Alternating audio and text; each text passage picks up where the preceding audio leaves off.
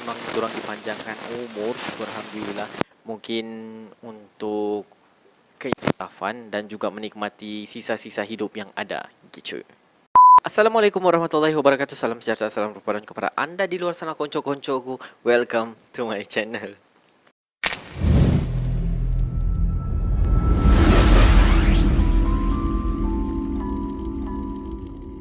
Terima kasih banyak-banyak kerana klik video ini untuk mengetahui konten apa minggu ni.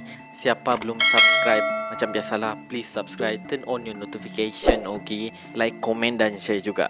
So, minggu ini saya akan kongsikan dengan korang semua, macam dekat tajuk tu, antara 10 penjenayah yang masih hidup selepas hampir 40 tahun dipenjarakan. Tempoh penjara ataupun lama mana korang akan dipenjarakan depends pada korang punya kesalahan.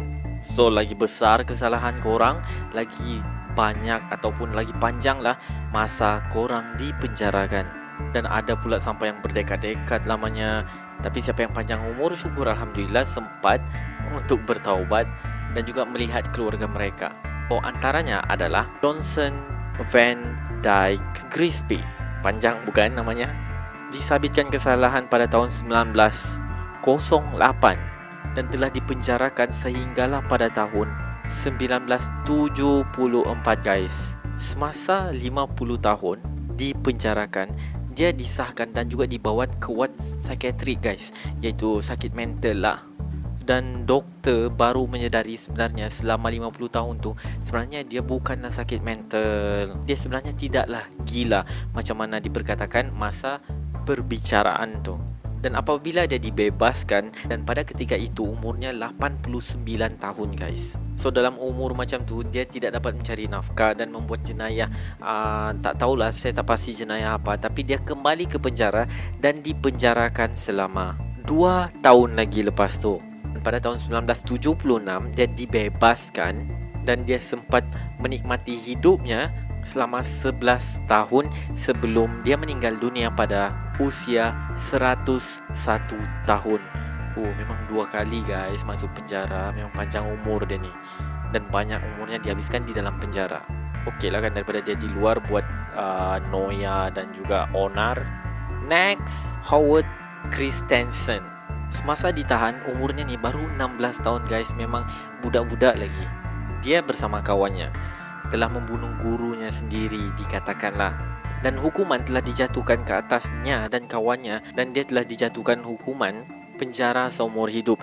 Namun hukuman tu telah diubah kepada penjara 200 tahun tanpa parol guys, ataupun pembelaan. Namun yang bestnya, semasa di penjara, beberapa tahun selepas di penjara tu, kawannya ni telah membunuh diri dengan menggantung diri tau guys.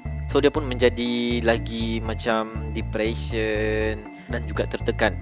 Tambahan lagi, dia mempunyai perangai ataupun tabiat yang sukar dikawal, okay? Iaitu dia suka mengganggu orang tau.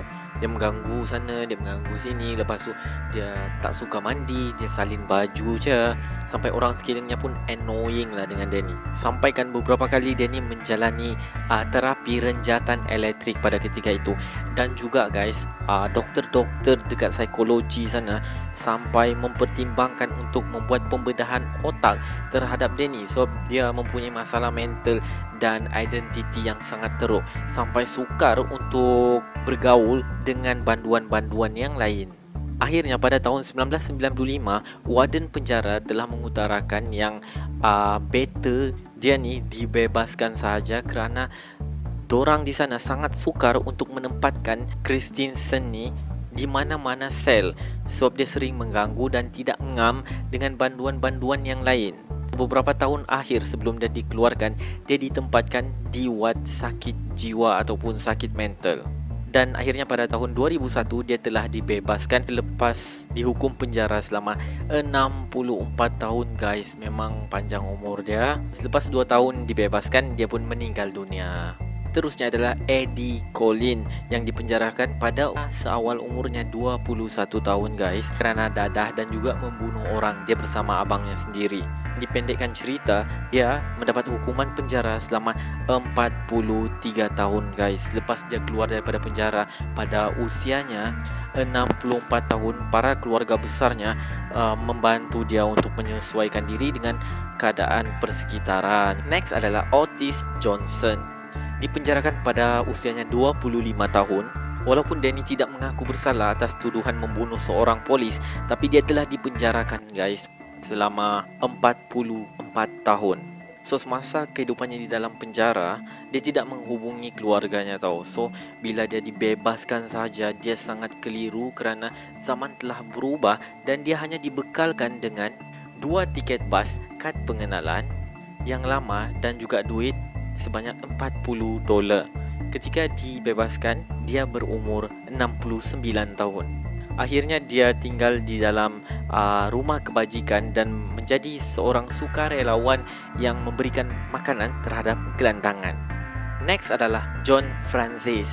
Dihukum penjara selama 50 tahun guys atas kesalahan membunuh dan juga merupakan seorang ketua Samsung.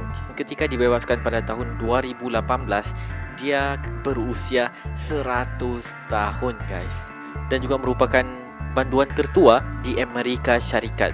Seterusnya adalah Huck Elderman.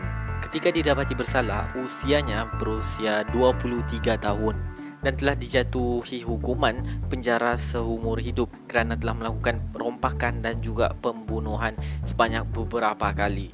Huck ni telah melarikan diri daripada penjara sebanyak beberapa kali tau, tapi akhirnya dapat ditangkap kembali dan akhir sekali dia telah ditangkap dan dipenjarakan selama-lamanya pada tahun 1927 dan dimasukkan di hospital sakit jiwa sehinggalah pada tahun 1983 ketika umurnya 86 tahun dia pun meninggal.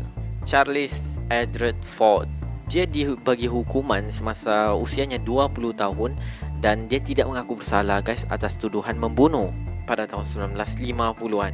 Berbeza dengan kes lain, Ford ni bermula apabila seorang saksi telah mengenal pasti beberapa orang yang iras dengan pelaku atau penjenayah sebenar, dan Ford ni menjadi salah satu mangsa syaki lah, dan tidak semana-mana dia dipilih dan juga saksi tu point on him. Dia pun dipenjarakan dan dijatuhkan hukuman walaupun kita tak pasti dia pelaku sebenar ataupun tidak. Dilaporkan dia menjalani hukuman selama 64 tahun dan pada tahun 2014 dua orang peguam yang mengikuti perkembangan dan juga cerita Ford ni meminta untuk dibicarakan kembali kes ni. Akhirnya hakim mendapati dia tidak bersalah selepas beberapa tahun dia dalam penjara dan dia pun dibebaskan dan diletakkan di rumah orang-orang tua sehinggalah dia menghembuskan nafasnya terakhir. Dan ketika dibebaskan tu umurnya 86 tahun. Dan ya itulah antara penjenayah yang masih hidup selepas dipenjarakan lebih daripada 40 tahun guys. Memang kurang dipanjangkan umur, alhamdulillah. Mungkin untuk keikutafan dan juga menikmati sisa-sisa hidup yang ada. Gitu. So ya, apa pula pendapat korang di luar sana? Ataupun korang ada kisah-kisah yang lagi menarik, just komen di bawah ataupun direct DM di Instagram ataupun Facebook yang linknya saya letak di bahagian description. Dan sehingga berjumpa lagi untuk next video. Jaga diri, jaga akhlak. Assalamualaikum. Hantar memang.